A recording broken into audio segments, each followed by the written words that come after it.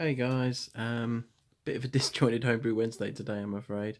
Got a little madam with me, someone won't sleep. Will you, rat bag? Done a little bit of filming in the garage, realised I've got to say a few things and didn't do an intro to the brew footage or anything, which was utter shite. So yeah, it's a bit of a disjointed one, but I've kind of come to the opinion I'd rather do a few more regular videos than literally not post anything for ages and then get it all really nicely edited and all lovey-dovey. So, oh hello, she's pulling on my thing. Okay.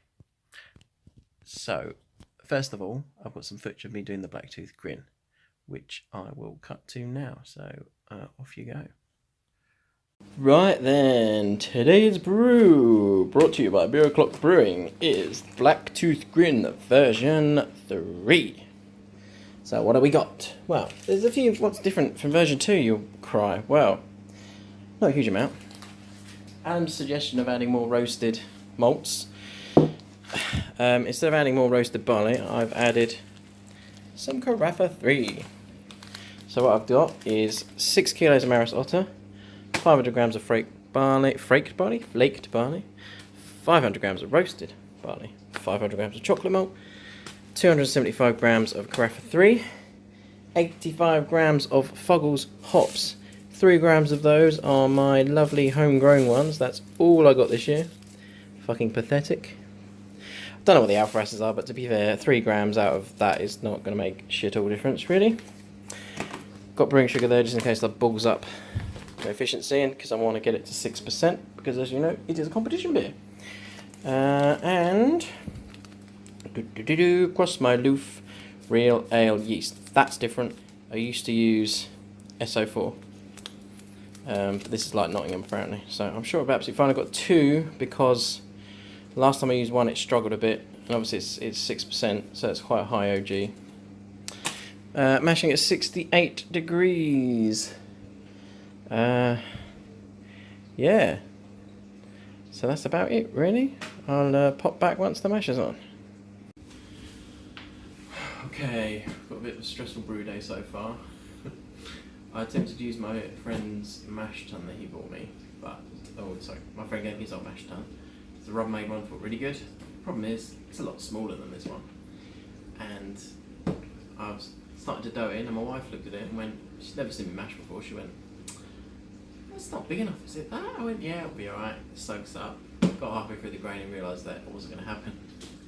So the moral of the story is always listen to your wife. And did you actually time that? I was literally just saying about how you said about the mash tun. You say something about always listen to your wife. Yeah, alright.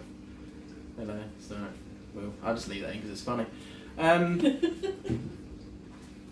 So as a result, I was dicking around for ages. Mash temperature then dropped. I was supposed to mash at 68 and it dropped to about 55. So major stress. Added some boiling water, wasn't enough. So I ended up having to drain off from the mash tun, boil it up on the hob, stick it back in, drain a bit more, boil it. Anyway, long story short, it's now at 68. It's now mashing. And I need a bit.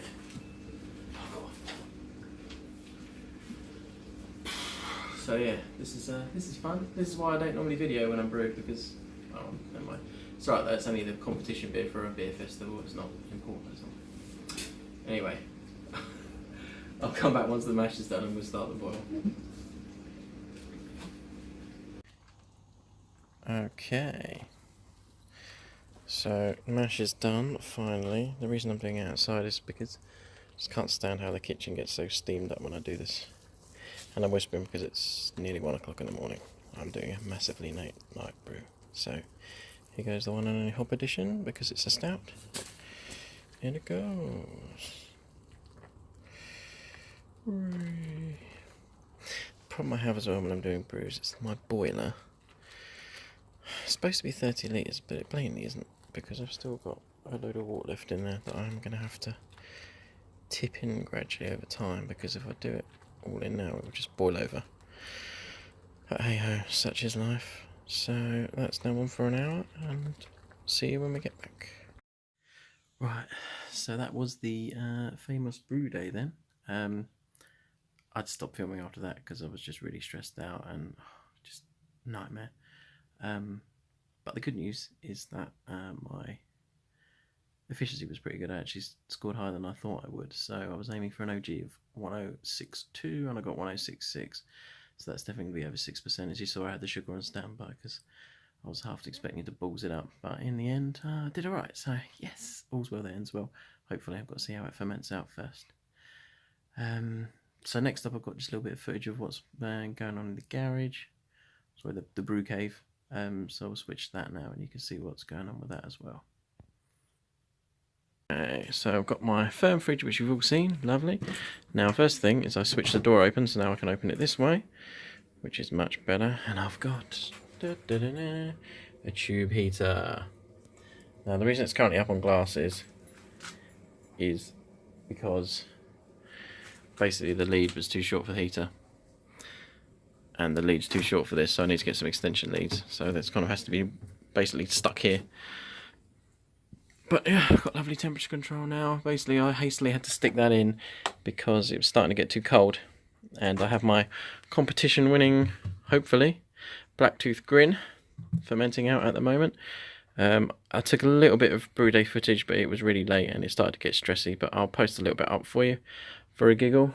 This went mental.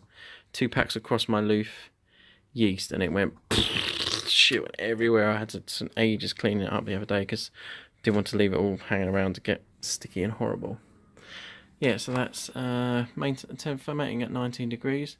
So it's currently 18.7. So I'm really pleased with that. I will get an extension for this, like I said, and then I will mount that to the floor. I also want to get a wooden shelf, probably stick it in about here, and then have the heater underneath. Drill some holes in it as well, so that will be smart. But again, just getting around to doing this bloody things, isn't it? Bottle load of wine to keep the wife happy. Don't want to get that mixed up with the window lead, although it's not the greatest, so you probably couldn't tell the difference, but it keeps her happy. My friend has also lent me this cask, lovely stainless steel cask to put my award-winning beer in, hopefully, for the festival, which is now next month because it's October. So I have something else very exciting to show you. I had a delivery from the malt miller. I've got some more bourbon chunks, big old ones. I've got Param malt. I've also vacuum packed some of my Maris Otter into 1 kilogram bundle, so I know what's going on. But I also got a unexpected thing from Cross My Loof. So I ordered 3 packs of yeast, and these arrived. 250 grams of East Kent Golding hops. And I was like, yeah, I didn't order those. I also ordered some of these and these because I'm hoping to do a pale ale fairly soon. So yeah, I'll just switch back. So the hops, I emailed the guys from Cross My Loof and was like, look, I've got a fess up here. I'm guessing these aren't a free gift and you sent them to me by mistake. I mean, it's only about $7.50 worth of hops. It's not, you know, loads of money, but I'm an honest guy. And it's Cross My Loof and they are really awesome. So I just emailed them and said, I'll just let you know you sent me these. And they went, oh, don't worry about it, just keep them. So there you go. Bargain. Extra hops. Woohoo! So yeah, I'm hoping to do a pale ale at some point. Nice American pale ale, Citra Cascade. I need to work out what to do with those East Kent Golding hops now. Some kind of bitter, I guess. That's what they're good for, isn't it? Right, okay. That is definitely it then, guys. I'm going to sign off. Like I said, I'm just trying to do a few regular videos rather than not doing anything for months on end and then suddenly be like, oh, I've done all this shit and rambling on for 20 minutes. So hope trying to keep up with your videos as well. It's proving a little bit difficult at times, but I'm getting there. So anyway, peace out. Cheers everyone. Happy Wednesday, and I shall see you soon, hopefully. Bye.